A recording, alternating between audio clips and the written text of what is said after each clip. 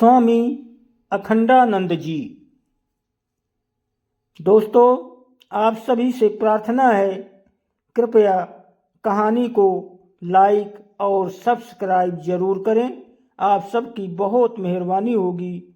आप सभी को बहुत बहुत धन्यवाद और कोटि कोटि प्रणाम। कहानी है भक्त अखंडानंद जी महाराज। स्वामी अखंडानंद जी सच्चे त्यागी, सन्यासी, कर्म संलग्न रहने पर भी कर्माशक्ति तथा फलाशक्ति से रहित महात्मा थे। संस्था साहित्य वर्धक कार्यालय की स्थापना करके गुजराती में आपने जो ज्ञान गंगा बहाई है, वो चिरकाल तक सबको पवित्र करती रहेगी।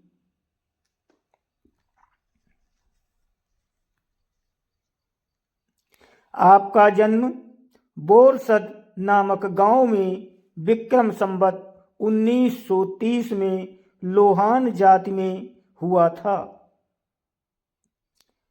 आपके पिता का नाम श्री जगजीवन नाथू भाई ठक्कर था। इनका नाम लालू भाई था। उनके पिता लोहा और मिट्टी के बर्तन तथा अनाज का व्यापार करते थे।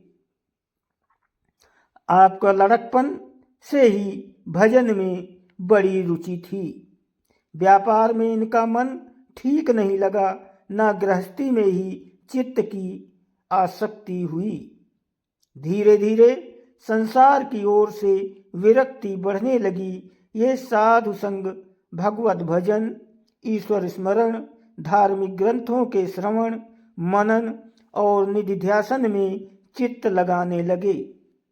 और शेरखी निवासी वयोवृद्ध परमहंस जानकी दास जी महाराज के सत्संग से आपको स्फूर्ति मिली।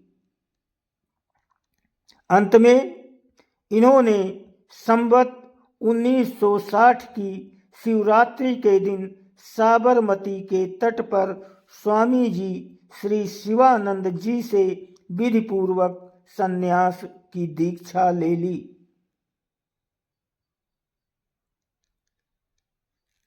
असत साहित्य का प्रचार और सत ग्रंथों की बहुमूल्यता देखकर उनके मन में सस्ते मूल्य पर सत ग्रंथों के प्रचार का विचार आया। इन्होंने सबसे पहले भागवत एकादश स्कंध प्रकाशित करने का विचार किया। अंत में सत साहित्य कार्यालय की शुभ स्थापना हुई। फिर तो गुजरात में सत साहित्य का घर घर प्रचार हो गया। लगातार 35 वर्षों तक इन्होंने अटूट परिश्रम करके सत साहित्य का प्रसार तथा प्रचार किया।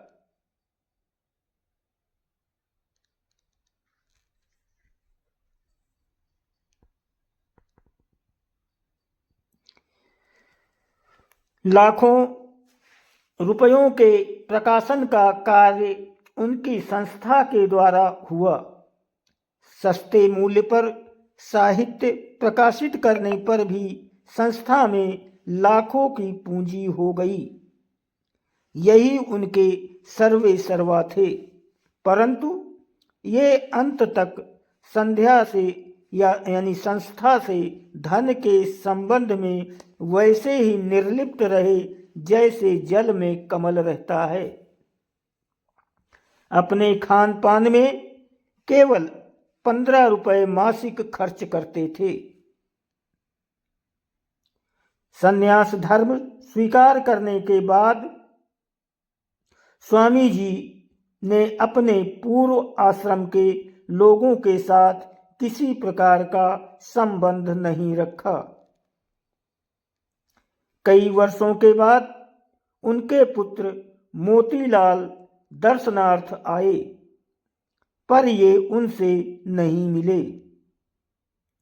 बहन आई तो उनसे भी मिलना अस्वीकार कर दिया। सत साहित्यवर्धक कार्यालय की सेवा के अतिरिक्त इन्होंने तीर्थ सेवन किया, साधु संग किया, अनेक लोकोपकारी संस्थाओं की स्थापना और सहायता की। प्रयाग में गीता ज्ञान यज्ञ गीता प्रेस गोरखपुर के द्वारा करवाया गया, उसमें गुप्त रूप से सहायता दी। इनकी लोगों को लोकोपकारिणी क्रियाएं बहुमुखी होती थी।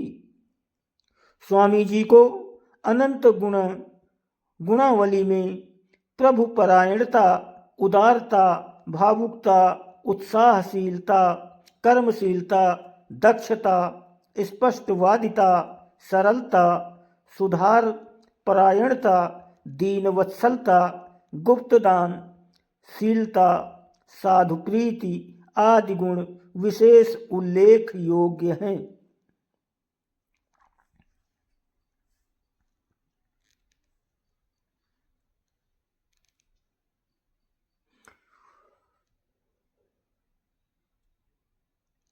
संवत 1998 यानी सन 1942 की 3 जनवरी को आप इस धराधाम को त्याग कर परम धाम सिधार गए। आपके सदृश कर्मशील परंतु कर्म फलासक्ति रहित सन्यासी महापुरुष बहुत कम देखने में आते हैं।